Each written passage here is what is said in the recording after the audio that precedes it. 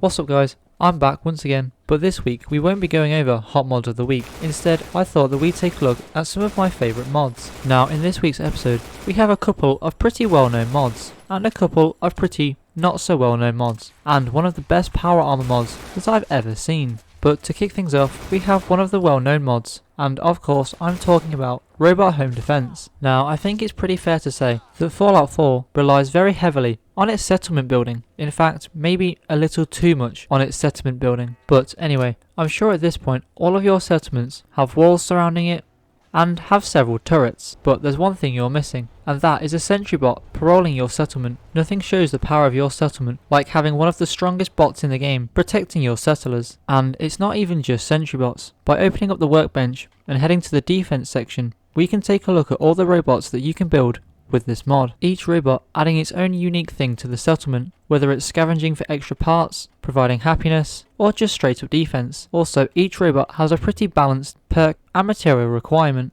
and as your character invests more points into crafting perks, it will further improve your robots. For example, Blacksmith will increase the HP, Armourer will increase damage resistance and energy resistance, Gun Nut will increase physical damage, and Science will increase energy damage. So after your character improves after your various endeavours, so will all the robots in your settlements. Now speaking of settlements, that's going to bring us on to the next mod. And if you play a lot of survival, you'll know that there's a lot of running involved, mainly between different quest objectives, and this can get a bit repetitive. Yes, there are mods that completely bypass this, but it almost feels like cheating. So we're going to be settling with the middle ground with this next mod. And of course, I'm talking about Journey. Now if you haven't heard of Journey, then your survival playthroughs are really missing out. What this mod is going to allow you to do is, instead of being able to either not fast travel or fast travel completely, is going to allow you to fast travel between all of your settlements that are connected with a supply line. And the reason behind this is that caravans are already travelling between these two locations. So why not allow you to hitch a ride? For a small amount of caps of course. And let's face it, that drawback of only being able to travel between two settlements with a supply line really isn't even that much of a drawback. In a survival playthrough, you are definitely taking the local leader perk, unless you're doing some kind of challenge run. Now once you're in the Commonwealth, you'll be given the Journey holotape. Here you'll be able to configure the mod to your liking. Now as for the modes, you have three options. Realistic, which is going to allow you to fast travel from settlement to settlement, assuming that there is a supply line connecting the two. Restrictive, which is going to allow you to fast travel to Sanctuary Hills, Home Plate and the castle from anywhere. And finally, Easy. This is going to allow you to fast travel to any settlement from anywhere. But of course, we're going to be sticking with Realistic, and all the individual settings, like how much it's going to cost, is completely customizable as well. Now in previous Fallout games, there was the Karma system. This, based on different actions that you take, would affect whether or not your character was good, neutral or evil, and this was a pretty significant part of the roleplay in the game. If you were a good guy, then why would a bad guy want to talk to you, and vice versa. But now we have a mod that somewhat restores this, and so much more. And of course, the mod that I'm talking about is Crime and Punishment. Now this mod isn't going to work straight away after loading up your game. To get things started, you're going to have to go into the MCM and look under the debug section. Here you'll be able to check to see if f4 has been correctly installed, and force Crime and Punishment to start. Now one argument for why a karma system might not be the best for a role-playing game is it makes you take decisions based on whether or not the game says it's good or bad, and not your own. But this mod fixes this issue as well. If you think completing a certain mission with a certain faction should award you good karma, or if you think it should give you bad karma, you can change that in the settings. Pretty much every single thing that's tracked in this game can be tailored to give you good or bad karma, and the exact amount of karma it should give, and this list goes on for quite a while. Now this does mean that you will have to spend a few minutes at the start of every playthrough setting up Crime and Punishment, but if that sounds like too much effort, there are two default setups, a Minuteman setup and a Raider setup,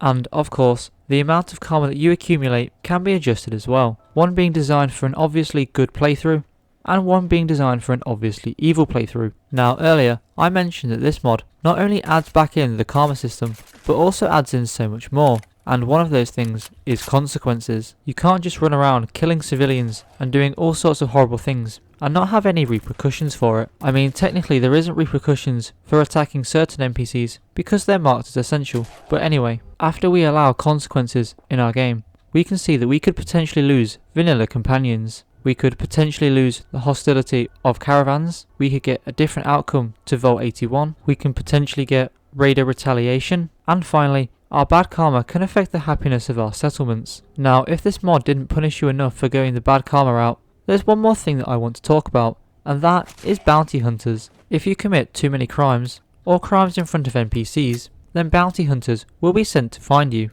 Now, what actually happens when a bounty hunter finds you is completely customizable, of course, in the MCM. Some interactions may just be as simple as paying a fine, whereas some interactions may result in your character dying, and on some occasions, your character might even be taken to Diamond City, where you'll be locked up and expected to pay a fine to get your equipment back.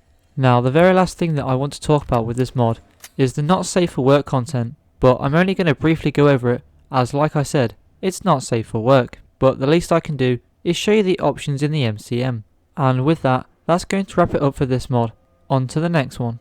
Now, to recap, we've had a settlement defense mod, a mod to allow us to fast travel between settlements, a mod to monitor whether our character is good or bad, so what we're really missing now is a power armor mod. And to be honest, no power armor mod has impressed me quite like the Hellfire X03 power armor. Now, to get your hands on this, you're going to need to travel to the vertibird wreckage and head slightly west. Here you will find a hatch that will give you access to the cell that contains the power armor. Now, this may not be the most challenging cell that I've ever been through. In fact, the only thing really standing in your way is a glowing one, an expert lock, and a master lock. But that's really not the point. The aesthetics in here are absolutely insane. In fact, I'd go as far as to say that this is one of the most impressive cells I have ever seen, whether that's in the base game or any mod for that matter. The combination of the lighting, the special effects, the god rays, and potentially even a custom EMB all add up to one amazingly realistic interior. In fact, maybe even too realistic. And all of this combined just makes it so much more satisfying when you finally get your hands on the X03 power armor.